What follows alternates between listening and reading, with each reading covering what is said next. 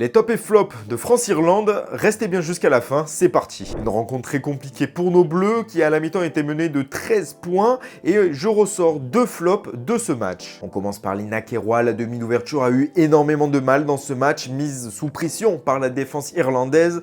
Elle a souvent fait des fautes, commis des en avant et également elle a été très fébrile sous les ballons hauts et son jeu au pied face au vent n'a pas suffi pour bien dégager son équipe et pouvoir faire respirer. Autre joueuse qui a été dans le dur pendant cette partie, c'est Axel Berthoumieux. La troisième ligne n'a pas réussi à imposer sa puissance face aux Irlandaises. Elle a commis pas mal de fautes. Elle a aussi été souvent seule au contact, esselée de ses soutiens.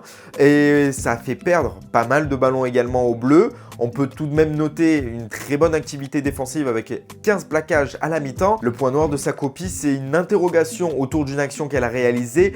Peut-être une morsure sur l'avant-bras d'Iofe Wafer, l'Irlandaise. Alors, est-ce qu'elle l'a fait? Est-ce qu'elle l'a pas fait? Les images sont assez floues. Elle va passer en commission d'ici quelques jours et on pourra savoir si elle va pouvoir continuer l'aventure dans ce mondial ou pas. Parmi mes tops, on retrouve 2 avants et une 3/4 et comment ne pas parler de Madou Soufal, la deuxième ligne du Stade Bordelais qui a été impériale, notamment en défense, 26 plaquages à la fin du match. Elle a réussi aussi à faire parler sa puissance face aux Irlandaises, à mettre dans l'avancée son équipe.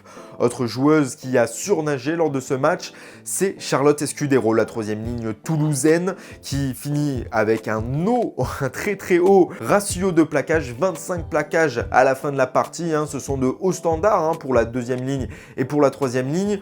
Toujours pour la toulousaine, c'est elle qui a sonné la révolte avec un essai très important sur une belle combinaison, un renversement de jeu avec Pauline Bourdon-Sansus. Elle a fait de nombreux grattages également, Charlotte, et elle est à l'origine un peu aussi du magnifique essai de Johanna Grisé suite au grattage de Manon Bigot. C'est elle qui relance un peu tout avec bien sûr la ligne de 3/4. J'en parlais juste avant, celle qui est un peu le facteur X de cette ligne de 3/4, c'est Johanna Grisé. L'ancienne joueuse de Sevens a eu une activité défensive incroyable. 13 plaquages pour une ailière, c'est un très bon ratio. Mais surtout, c'est cet essai finalement du bout du monde un peu qu'on a pu retrouver avec nos Bleus. Une course de 60 mètres avant de finir dans l'en-but. Donc Johanna Grisé, ça a été une des grosses satisfactions, tout comme Charlotte Escudero et Madou Soufal-Raclos, de cette partie qui a été très dure pour nos Françaises. Et vous, dites-moi vos flops et vos tops en commentaire et direction les demi-finales pour les Françaises.